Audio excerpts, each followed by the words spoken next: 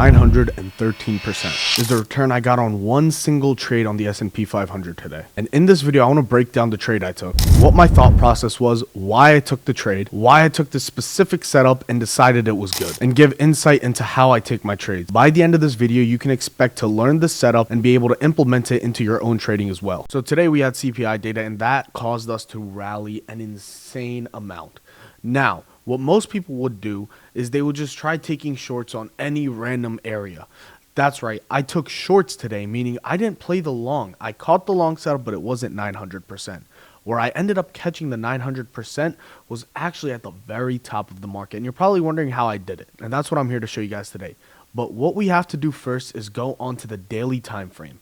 Now, every single trade I take starts on the daily time frame, meaning I look at the higher time frames to see what the market's trying to tell me, because the higher time frame tells the entire story of the market. So here you can begin to see that we had an insane run off these lows in the market.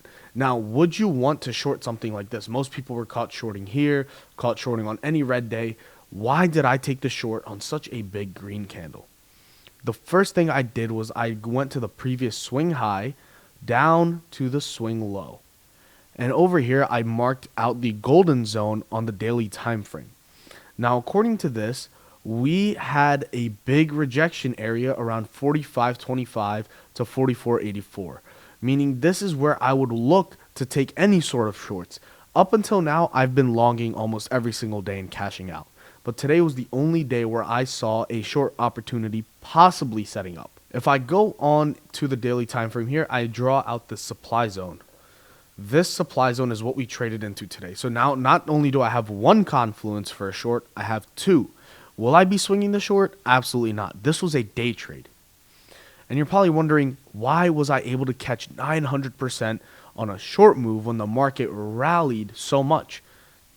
If we go on to the lower time frame on a 5-minute time frame, you will see going into close, we had put in a high at 11 o'clock, moved down, rallied back up, and now going into market close, we had swept this high, going into that 0.786 fib level on the daily time frame. So this is where I'm watching for shorts. Now, do I just enter randomly because it hits that line? No. I have confluences. I go to the 1-minute time frame here, and then I noticed that there was a break of structure that happened here. The market had broken structure on the 1 minute. This allowed me to set a defined risk to reward setup for myself. So I entered on this candle close. If I go to this fair value gap that we traded into all the way on the 1-minute time frame, that's a 3-to-1 risk to reward, which is a great risk to reward. Now, there's two things you need to realize. The market was coming to a close, and I was trading 0 DTs on SPX. So this meant I was not taking heavy size. I took around $100 to $150 in SPX 40, and I took $100 to $150 in SPX puts, meaning these are going to be super volatile, and I need to be fine risking 100% of my trade here. So if I'm risking negative 100%, the minimum I need to look for a 2-to-1 risk to reward is around 200%.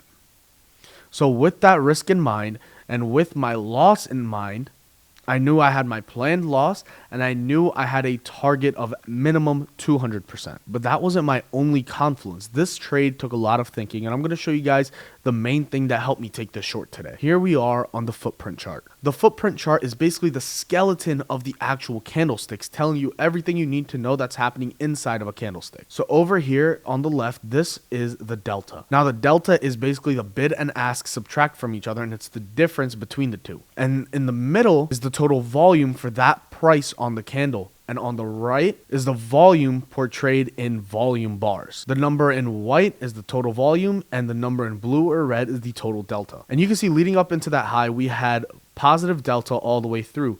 We had sellers try showing up here, but they were unable to move the market down as buyers continued pushing past this area. Now, this area where sellers tried and failed is a big area to watch out for, because this is what we want to see get broken through and sellers take control, because this area is where buyers immediately took control and set the market up. The most delta is defined by the yellow box. Here we had a positive delta with the yellow box, meaning this is where buyers were most present. And you can see we had big sell orders stepping in.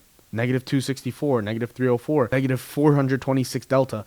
And then the most volume was on this blue candle, meaning sellers are fighting at this level. And we continue here, you can see buyers are still in control. Now the buyers are stepping in heavy here, but you can see these candles are getting smaller and smaller, and the buyers are failing to keep it continuing higher. And this is all leading into that 0.786 area. The sellers start to take control on this candle here, where we see a plethora of sellers and big sell orders being able to take place. We had negative 836 delta, telling me that buyers are no longer looking to keep buying in this area. These buyers are getting sold off. We had sellers step in, we had more positive delta, and eventually here is where the main kicker was. The buyers tried to buy back one more time with positive delta. They were buying these orders here, and then this candle completely sent it down.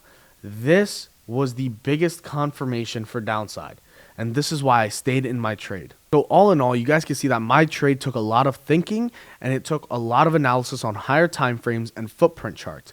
This trade was not just a random gamble. This trade was not just, oh, let me close my eyes and throw a dart. This trade was meticulously planned, and it had a set risk to reward, and that is why I was able to catch 913%, which is my second biggest percent gain of the entire year. If you guys want to learn how to do this step by step, all for completely free, the first link in my bio is my free Discord, where I help teach you guys all the basics, and I help you guys become profitable traders, all for free.